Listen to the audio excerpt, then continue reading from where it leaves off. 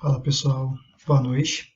Hoje é dia 5/4, domingo, às 22h44 da noite. Separei algum material que o pessoal da Primorrad, Paula e a Giovana, as professoras, me pediram para montar essa demonstração para vocês de aula. Vou tentar ser o mais breve possível, montar essa palestrinha online para vocês sobre a tomografia para avaliação de TEP, que é tromboembolismo pulmonar. Vou falar da minha experiência na tomografia.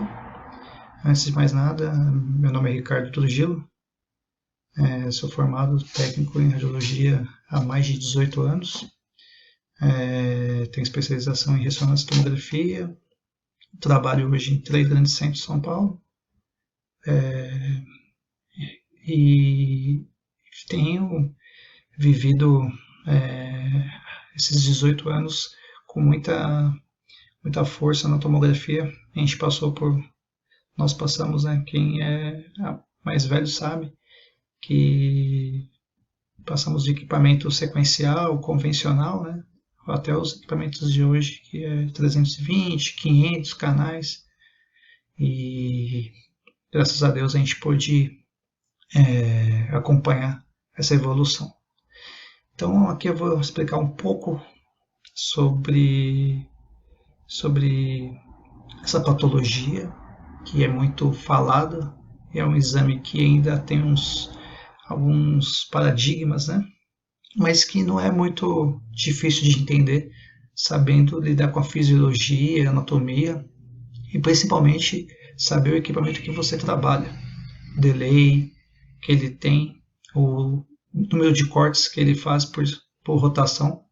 A gente não pode falar que é por segundo, porque tem aparelhos que cortam em menos de 0,5 segundos. Então a gente fala que vale a rotação do giro de 360 graus. Então eu vou mostrar para vocês aqui hoje alguns exemplos do aparelho da Siemens. Também tem da GE, são os aparelhos que eu mais trabalho hoje em São Paulo. Hoje eu trabalho mais na ressonância, mas são equipamentos que ainda a gente trabalha e ainda a gente conta com esses equipamentos nos setores, E a tomografia hoje em dia está sendo muito revolucionária para avaliação de TEP. Então vamos começar. Boa aula a todos. A princípio não tenho nenhum conflito de interesse nessa apresentação, então significa que não estou sendo patrocinado, nem estou querendo patrocinar algo, totalmente fora de conflito. Então, onde eu vou demonstrar equipamentos da Siemens e da GE. Então, aqui é o equipamento da Siemens 64 canais, que ele tem um software que dobra o seu incremento e vira uns 128 canais. Aqui a gente tem uma fotinho de uma bomba injetora, onde demonstramos o painel da bomba e aqui como os encaixes da seringa de soro e de contraste. Aqui temos a parte onde o médico faz as biópsias, um joystick, aqui um monitor, onde o paciente consegue ver o exame. Aqui o Gantry, que é o portal. E aqui a gente consegue ver se o monitoramento do paciente, se ele está sendo monitorado corretamente, caso precise, ou na posição do paciente mesmo, de barriga para cima, barriga para baixo. A gente consegue já orientar por aqui também. Esse é um Somaton Perspective da Siemens, tá? Tem a versão de 64 canais e a versão de 128 canais.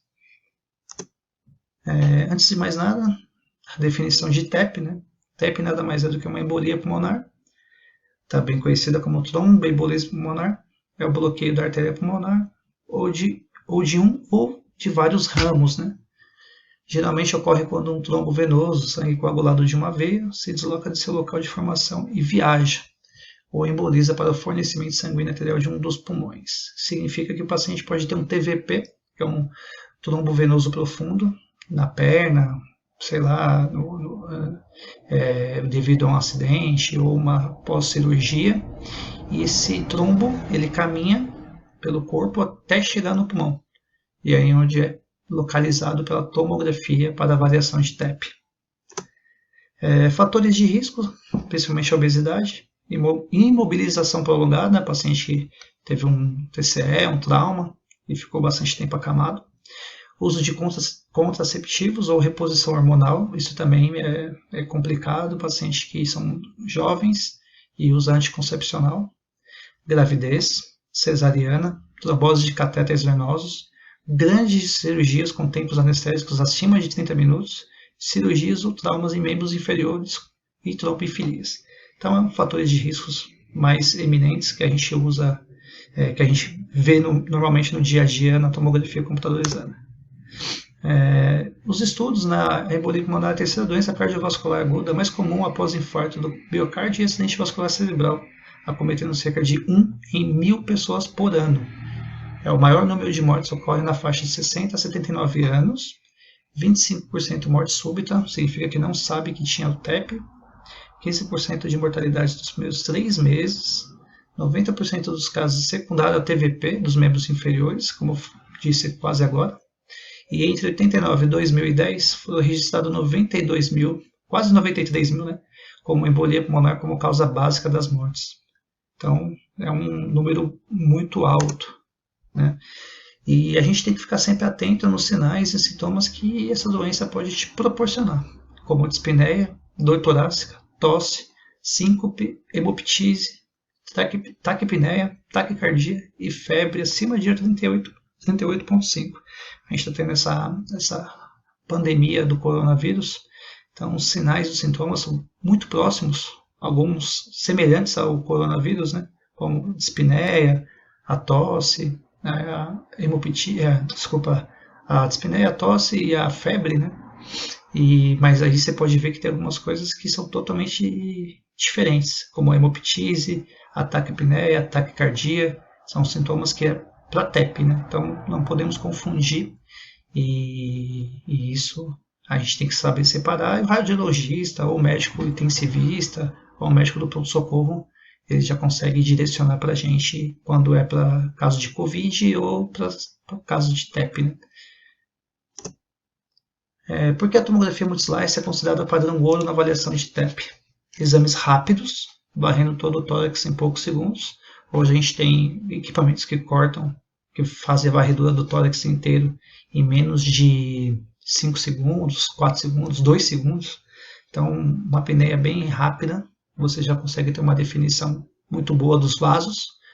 Alta acessibilidade para trombos nas artérias segmentares, significa que a gente varre o tórax todo, que é onde você encontra também as artérias segmentares na base, na ápice pulmonar.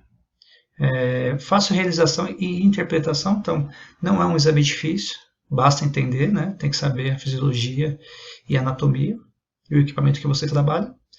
E hoje em dia a alta disponibilidade significa que a maioria dos grandes serviços, ou de pequenos serviços mesmo, a maioria dos hospitais tem uma tomografia multislice, Pode ser acima de 2 canais, já é multislice. Então, você tem 2 canais, você tem 4 canais, já dá para fazer uma tomografia para avaliação de TEP.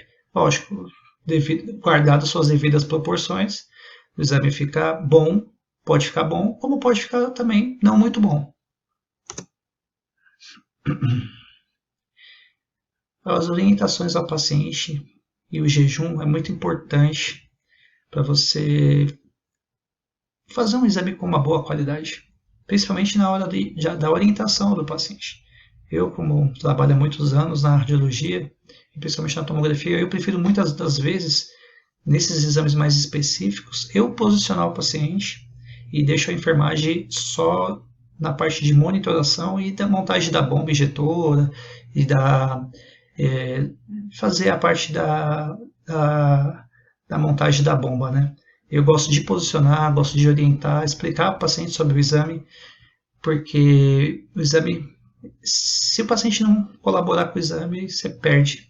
E aí você só pode repetir, às vezes, 48 horas depois, dependendo do serviço que você trabalha, e aí pode acarretar sérias problemas para você no futuro, né? Então, orientar o paciente para a realização de uma leve apneia, não pode fazer aquela apneia que a gente chama de valsalva, né? O paciente respira muito forte e aí o contraste passa mais rápido pela artéria, né?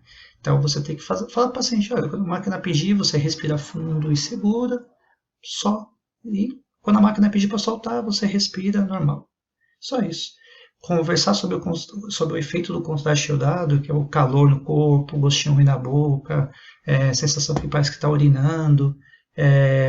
Essas coisas você tem que explicar para o paciente antes de começar o exame, não na hora que você está injetando o contraste e aí esquece disso, o paciente não sabe o que está acontecendo e aí não faz uma apneia boa ou se mexe durante o exame e é um exame de 2, 3 segundos que você perdeu.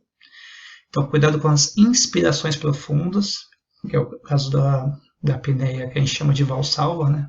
Não é uma valsalva como no abdômen, por exemplo, que a gente faz aquelas manobras para a gente visualizar primeiro, principalmente hérnias, né? Inguinais, abdominais, mas é uma inspiração muito profunda, o paciente respira muito forte, e aí o contraste passa mais rápido e você perde o exame. Jejum mínimo de 1 hora no mínimo, porque senão o paciente, o contraste entra em bolos, né? Que significa entra um bloco de contraste.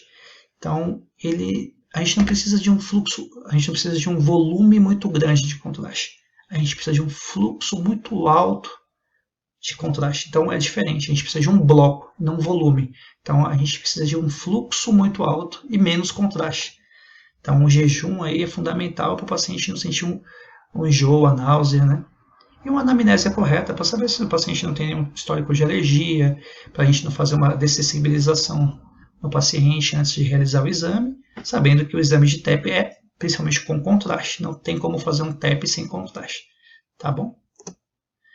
Então aqui é uma anatomia radiológica básica, peguei uma imagem aqui, não está muito legal, mas dá para explicar um pouco. Aqui a gente tem a traqueia, brônquio principal direito, o brônquio principal esquerdo, a bifurcação da traqueia, que é a carina, e o arco aórtico. Essa bifurcação da traqueia a gente vai usar para fazer a monitoração, para a gente fazer algumas aquisições, a gente monitora nessa bifurcação. Então é importantíssimo saber essa parte anatômica, principalmente do raio-x, né? Então vamos voltar lá atrás, né? Como eu falei, o raio-x, anatomia radiológica é básica, né? É o fundamental. E depois, lógico, vem a fisiologia e aí a patologia. Então a gente não pode se prender, nós da radiologia, muito na patologia, e sim anatomia e fisiologia. A patologia é uma consequência, você vai aprendendo aos poucos. Não tente aprender patologia primeiro antes de saber anatomia e fisiologia. Você tem que aprender primeiro anatomia, fisiologia, para depois patologia. É uma cadeia, né? Se você não sabe como que funciona um órgão comum, como que você vai saber uma patologia daquele órgão? Então, você tem que saber primeiro a anatomia bem, depois uma fisiologia bem, para depois entrar na parte patológica, que é extensa e leva bastante tempo. Aqui nós temos a anatomia radiológica básica na tomografia computadorizada, a aorta ascendente, a gente consegue ver aqui, está um pouquinho contaminada, mas bem de leve. Aqui o tronco pulmonar, aqui a veia cava superior e aqui a aorta descendente. Aqui nós temos a artéria pulmonar esquerda, aqui a artéria pulmonar direita e aqui os seus ramos segmentares, tá? Isso aqui é fundamental, também não podemos deixar de pegar o tórax todo, tem que cortar todo o tórax para a gente poder ver se tem essas pequenas artérias, se tem algum trombo. É fundamental. Então, protocolos deve ser realizado uma única aquisição. Monitoramento pode ser no tronco da artéria pulmonar, pode ser na veia cava superior, pode ser pelo teste bolos, né, que a gente fala, que é o GINEVA que a gente usa no Siemens, o ROI com HU entre 70 a 180 na região do tronco pulmonar, varia de acordo com o equipamento que você trabalha, 4 canais, 16, 64, 128, 256 e assim por diante. Você pode monitorar também na veia cava superior, como eu falei antes, ou fora e fazer o disparo manual, ficar observando o contraste chegar na veia cava ou no tronco pulmonar e aí sim disparar o contraste. O fluxo do contraste é entre 4 a 5 ml a 5,5 ml por segundo, pode ser também menos do que isso, por exemplo, 3 ml, paciente que não tem um acesso razoável, um acesso calibroso, então você pode fazer com menor, mas sabendo que vai ter uma limitação do seu estudo, então significa que o seu estudo não vai ser um estudo padrão ouro, tá? Mas isso você tem que deixar bem claro para o radiologista ou para quem estiver acompanhando, quem for lá dar o seu exame, né? Sabendo que o exame não vai ficar tão bem definido, né? O volume de contraste varia entre 30 a 100 ml, como eu disse, varia de acordo também com o aparelho que você trabalha. Volume de soro em torno de 40 ml, não precisa ser muito soro, também pode ser pouquinho, né? Tem que lavar bem. Hoje em dia a gente consegue fazer até menos do que 30. Nós estamos no hospital, a gente consegue fazer com 20, 25, sem o teste bolos.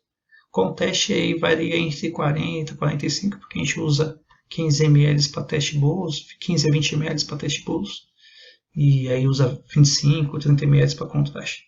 Mas sem o teste bolos, a gente está conseguindo fazer com 20 e 25 ml de contraste. Tempo de injeção não pode ultrapassar 10 segundos. Na verdade, não é que não pode ultrapassar 10 segundos, não pode ultrapassar o tempo da aquisição do equipamento. Se você vê que o equipamento acabou o exame e o contraste está sendo disparado ali ainda. Então, isso é uma conta mínima que você tem que saber, levando em conta o equipamento que você trabalha. Inclui toda a região do tórax, fundamental. Filtros no mediastino e pulmonar. Pulmonar também é importante. Acesso, se possível, no membro superior direito, principalmente nos equipamentos mais antigos. Acesso venoso calibroso, se possível também gel com 18, 16. Dá para fazer com gel com 20? Dá para fazer com gel com 20, com gel com 22, por exemplo, eu já fiz várias vezes. Porém, lembrando que tem que ser uma ideia conjunta com o radiologista, com a chefe da enfermagem, para poder andar em um comum acordo, né? Agora, protocolos da máquina, né? A espessura varia entre 1 a 3 milímetros, mas isso hoje em dia também, os cortes estão menor do que 1. Hoje nós conseguimos fazer com 0,6, 0,5, 0,4, incrementa o intervalo. A reconstrução, o intervalo, ela tem que ser uma interpolação, significa que tem que pegar 50% da sua espessura. Então, se você cortou com 1, você reconstrói com 0,5 e assim por diante. Se você cortou com 2, você reconstrói com 1. E aí você tem uma interpolação de 50%. FOV pegando toda a área torácica, isso é o mínimo, né? Varia de acordo com o paciente, mas normalmente é entre 25 a 30 centímetros ou 250 a 300 milímetros, né? Que está errado. KV varia entre 120 a 140. MAS também, 150 a 250, mas a gente sempre utiliza o redutor de dose, que é o Care Dose da Siemens ou Alta MA da GE. O pitch, nas máquinas mais antigas você pode usar 1.0 ou menor. Rotação time, rotação do giro, 360 graus, sempre em 0,75 a 0,5 o menor, vai depender do equipamento. Então, quanto maior, mais canais você tem. Você pode girar mais lentamente para pegar mais informação. Quando você tem um equipamento menos potente, você rotaciona mais rápido. E aí você pega menos dados, mas porém você tem uma qualidade boa de exame. Então, você tem que saber o equipamento que você está trabalhando, né? Aqui uma simples dica, né? Um monitoramento. Então aqui eu coloquei bem na bifurcação da carina.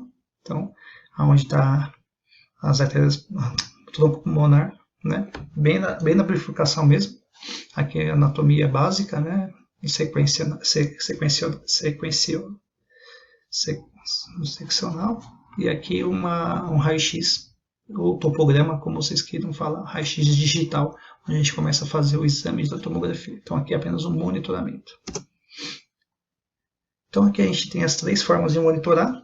Aqui do primeiro da esquerda para a direita, a gente tem o monitoramento fora, onde a gente visualiza o contraste chegando. Então aqui você pode pintar na veia cava ou no tronco pulmonar. Aqui a gente tem o monitoramento dentro do tronco pulmonar. E aqui a gente tem o monitoramento fora, porém, aqui, ó, pintou a veia cava, dispara. Então vai depender do equipamento. Então, dependendo do equipamento, se você tem um delay rápido dele, você pode colocar no tronco pulmonar. Se você tem um delay muito lento, que é o caso da nossa máquina da Siemens lá, que por mais que seja um equipamento rápido de aquisição, porém o delay, o tempo que ele espera para começar os cortes é muito demorado, 6 segundos. Então a gente tem que monitorar na veia cava, mesmo sendo um equipamento mais potente. Porém, hoje em dia a gente usa o GenEva, o teste bolos, né, para fazer esse monitoramento, e aí ele já sabe o tempo certinho quando o contraste chega no tronco pulmonar. Mas ainda a maioria das vezes, quando o paciente é grave, e a gente monitora na veia cava superior. Programação do exame, então, onde começa da ápice para a base. Ainda tem lugares que fazem da base para ápice, normal, não tem muito. Vai depender também do seu equipamento. Se o seu equipamento é um pouco mais lento, a gente sempre sugere de começar de baixo para cima. Quando o seu equipamento é acima de 16 canais, aí você pode começar de cima para baixo, de baixo para cima, não vai alterar em nada, mas a gente sempre começa da ápice para a base. Tá? Se o seu equipamento é menos potente, uma dica que um conselho, na verdade, né, é começar de baixo para cima.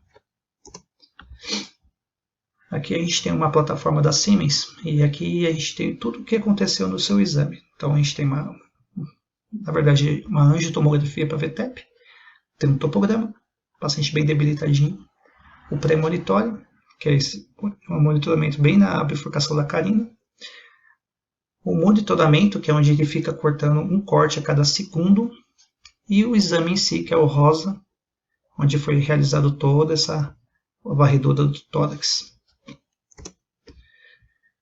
Aqui eu vou explicar para vocês passo a passo. Pré-monitório é a programação da imagem, onde será monitorada a chegada do contraste, de acordo com o delay mínimo. Após sair a imagem, clicar sobre o local onde deseja deixar o ROI e aceitar para avançar. Então aqui lembra que eu falei no começo, lá, o nosso aparelho ele corta rápido, porém ele tem aqui um delay de 5 segundos, 6 segundos. Então eu tenho que monitorar ele, na maioria das vezes, na veia cava superior. Tá? Eu deixo fora, né? Ou deixo o ROI fora e fico visualizando. Quando ele pinta sujou, que cheirinho de contraste na veia cava, já dispara o aparelho manualmente. Ou se não, põe um HU de 100 dentro da veia cava superior, e aí quando ele pinta, dispara o aparelho sozinho. Porém, corre-se um risco quando você coloca o ROI dentro da veia cava, se o paciente se mexer durante o exame ou respirar uma apneia mais profunda, pode causar perca do seu exame. Então eu prefiro monitorar fora, e aí quando pinta a veia cava superior, dependendo do seu aparelho, quando eu tenho um aparelho que tem um delay de menos de 4 segundos, eu monitoro no tronco pulmonar. Quando eu tenho um aparelho acima de 4 segundos de delay, eu monitoro na veia cava superior. Aqui a gente tem o monitoramento, que é o que eu falei para vocês quase agora. Aqui fluxo, e aqui o HU, que a gente coloca se você monitorar dentro da artéria, né? Se você coloca dentro da artéria, você vai lá colocar o HU que você determinar. 100, 120, 180, 70, que nesse caso agora. Então você tem aqui nessa ferramenta. Tá? Isso chama-se auto-trigger. Então significa que quando ele pintar e chegar a 70 de HU, ele dispara o aparelho sozinho. E a Angio em si, aqui é o monitório, né? Eu sempre mantenho o mínimo de delay.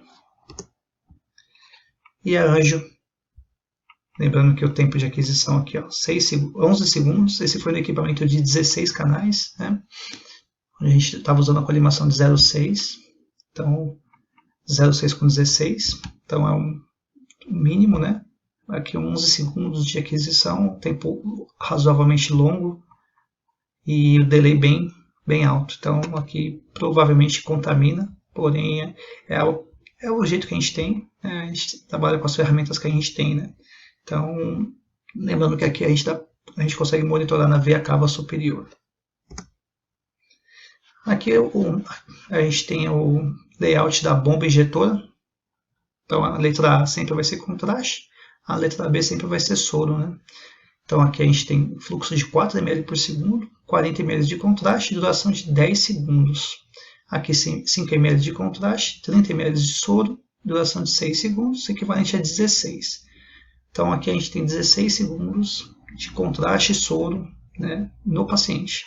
Ah, mas você fala, mas não é, Ricardo, mas não é 11 segundos a aquisição. Tudo bem, mas tem um monitoramento, né? Então significa que a gente vai monitorar até a chegada do contraste na veia cava ou no tronco pulmonar.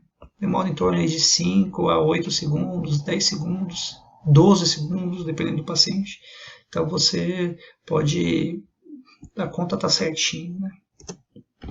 Agora, os avisos importantes, aqui sempre toma cuidado. A maioria dos exames para TEP ficam com qualidade imprópria do exame ou uma baixa qualidade do exame. Aqui a gente tem um contraste mais tardio, significa que já passou do tronco pulmonar, está nas artérias. Aqui o contraste bom, porém deu um strike na veia cava, significa que foi bastante contraste, mas passa fácil. E esse daqui significa que o contraste contaminou, né? Então, pegou todos os ramos e vasos do coração, porém ficou bom para ver TEP, né? Mas ficou contaminado, tem médico que não gosta, tem médico que gosta, varia de acordo com o serviço e do médico radiologista. Mas, por exemplo, esse passa, esse passa. Esse, de forma alguma, que o contraste ficou tardio, tá? Então, as falhas na execução do exame, contraste na aorta e pouco contraste na artéria pulmonar. No caso do primeiro exame, ficou bem tardio. O contraste ficou ótimo no tronco pulmonar, porém na base pulmonar não chegou, significa que o aparelho é muito rápido, então ficou precoce, provável insuficiência cardíaca, aumentar no mínimo 3 segundos e repetir o exame. Então o paciente tem uma insuficiência cardíaca, o aparelho corta rápido, bem provável que no tronco pulmonar ficou bom e nas bases, na ápice não ficou bom. Então é complicado. Contraste em todos os vasos, dá para laudar, muito radiologista gosta desse jeito. E mal contrastado, o fluxo do contraste não foi suficiente. O paciente fez a apneia inspiratória profunda. Então, às vezes, não é o exame que ficou ruim, mas sim a falta de orientação ao paciente que ficou devendo nessa parte. Então, aqui a gente tem, voltando àquele mesmo assunto, a tardia, e aqui contraste em todos os vasos, contaminado, que a gente chama no nosso dia a dia, né? Mas aqui é passível, o médico radiologista, tem muito médico que gosta assim, e aqui não tem condições alguma de laudo, né? Isso aqui 0% de chance de laudar. O contraste foi tardio. Aqui, de acordo com o nosso Colégio Brasileiro de Radiologia, o mínimo de HU é 380 a 400. Então aqui a gente vê que a densidade ficou em 424. Então ficou muito bom. O HU ficou de 424, acima de 400. O Colégio Brasileiro de Radiologia pede entre 380 e 400, uma qualidade boa. Então ficou muito bom esse. Aqui algumas reconstruções, então aqui axial, coronal, aqui oblíqua da artéria pulmonar direita, oblíqua da artéria pulmonar esquerda. Outro exemplo também, outro paciente, mesma coisa, axial, coronal, oblíqua direita, oblíqua esquerda. São as reconstruções que a gente faz normalmente no nosso dia a dia. A orientação do exame varia de serviço. Sempre que possível gravar o exame em CD, porque é um número muito grande de imagens, né?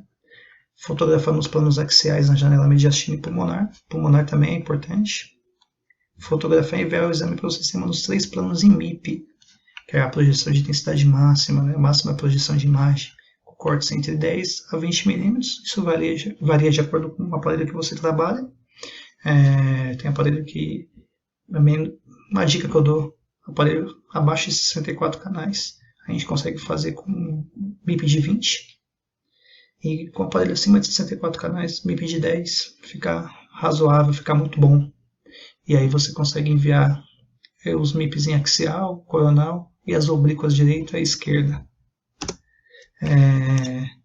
Isso é muito importante para o médico radiologista. Isso aqui é uma simples demonstração de um filme, axial mediastino e axial pulmonar. Lembrando que no axial mediastino, ele é uma janela mais para vaso, então pode ver que fica mais cinzenta a imagem, né? Com a densidade mais cinza. Então significa que é uma janela para vaso, né? Para mostrar mais o vaso.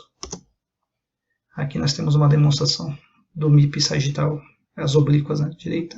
Você vê a artéria pulmonar direita, ela por extenso, e a a artéria pulmonar esquerda, ela por extenso, você vê as segmentares superiores e as segmentares inferiores. E aqui, mesma coisa, segmentares inferiores, segmentares superiores. Aqui outro exemplo, um axial, MIP, e um coronal, MIP. Aqui a gente tem uma MIP de cor,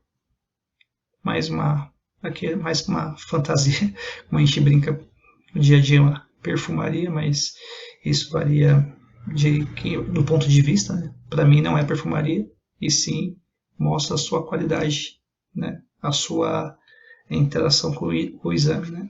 Então, para mim, eu não levo isso aqui como brincadeira, e sim como aperfeiçoamento. Então, aqui a gente tem um invert, que a gente inverte os tons, então, o que era branco ficou preto, e aqui os tons coloridos. Isso aqui é uma simples demonstração, isso aqui a gente pode fazer em várias tonalidades. Aqui um 3D, onde a gente vê a artéria e os vasos, né, já começando a preencher também. E aqui nos planos oblíquos. Aqui hoje em dia no Cinematic, né, é uma ferramenta que a gente tem no Siemens, chamada Cinematic, que é uma realidade aumentada, como se fosse um cinema mesmo. Então o futuro está próximo, então a gente vai ter definições cada vez melhores. Aqui a gente tem um 3D e aqui a gente tem um MIP em Cinematic. Agora a gente vai partir para alguns casos mais patológicos, né? Casos clínicos. Aqui a gente já vai conseguir ver. Então, antes de mais nada, vou tentar explicar para vocês o que é um TEP, né? Na imagem. Né? Não sou radiologista, não sou médico, porém, como eu disse no começo do vídeo, a gente tem que saber o mínimo possível para poder chegar a uma imagem boa para o médico. Então aqui a gente vê um fluxo de contraste bom, e aqui você vê uma falha de contraste, o contraste não chega tanto do lado direito como do lado esquerdo. Essas duas imagens é o tromboembolismo pulmonar na artéria pulmonar direita, principal, e na artéria pulmonar esquerda. Ah, mas Ricardo, e aqui? Aqui a artéria aorta ascendente e a descendente não está preenchida com contraste porque o exame ficou muito bom. Significa que não tem o tempo ainda do contraste chegar na artéria, e sim na artéria aorta, né? E sim nas artérias pulmonares, principalmente no tronco, na artéria pulmonar direita e esquerda. Então aqui a gente vê uma falha que a gente chama de falha de enchimento. Então a gente não vê o contraste passando por esse vasinho aqui, por essa artéria aqui. Então tudo isso aqui é um TEP que nós chamamos de TEP maciço, né? Um TEP bem maciço mesmo, tanto do lado direito como do lado esquerdo. Aqui a gente tem um videozinho, um médico radiologista que trabalhou muitos anos comigo, o Dr. Alexandre Oxman. Minhas saudações a você, meu amigo, se você estiver assistindo. Se um dia você assistir esse vídeo, sei que você é um cara sensacional. A gente não, vou falar uma frase do Mário Sérgio Cortella. Às vezes a gente não sabe o porquê que a gente está passando naquele momento. A gente só vai saber depois. Então eu aprendi muito. Quando ele me dava bronca, comia o fígado lá. Eu ficava puto da vida porque que ele estava me chamando a atenção. Mas no futuro, quando eu comecei a entender sobre aquilo, percebi que ele estava fazendo certo. E parabéns, cara. Você é sensacional. Dr. Alexandre, você sempre vai estar guardado no meu coração. E esse vídeo aqui você fez para mim um dia que eu precisei montar a aula, né? E aí você fez esse vídeo para mim e me enviou de um dos serviços que você trabalha. Aqui ele mostra com o mouse algumas áreas de TEP, né? Ó, ele vai mostrar no mouse aí agora uma falha de enchimento do lado esquerdo. Você vê que ele acompanha para segmentar inferior. Então é um TEP maciço, né? Que vai pegando da artéria principal esquerda até as segmentares inferiores. Então, um TEP bem importante. A gente consegue ver a falha de enchimento, o contraste não chega nessa região. Então, isso chama-se TEP, ou falha de enchimento, ou tromboembolismo pulmonar. Aqui, numa reconstrução, a gente consegue ver um outro caso já, na artéria pulmonar direita, né? Então, a gente vê a falha de enchimento ó, pelas setinhas, que você vê também. Então, a artéria principal está aqui. Você vê que não afetou a principal, e sim os seus ramos segmentares. Então, tem que ficar sempre atento a isso também. Aqui o TEP maciço, né? Como na foto lá, na primeira foto. Aqui também, dos dois lados, as segmentares inferiores. Aqui, vou mostrar dois casos clínicos com descrição, né?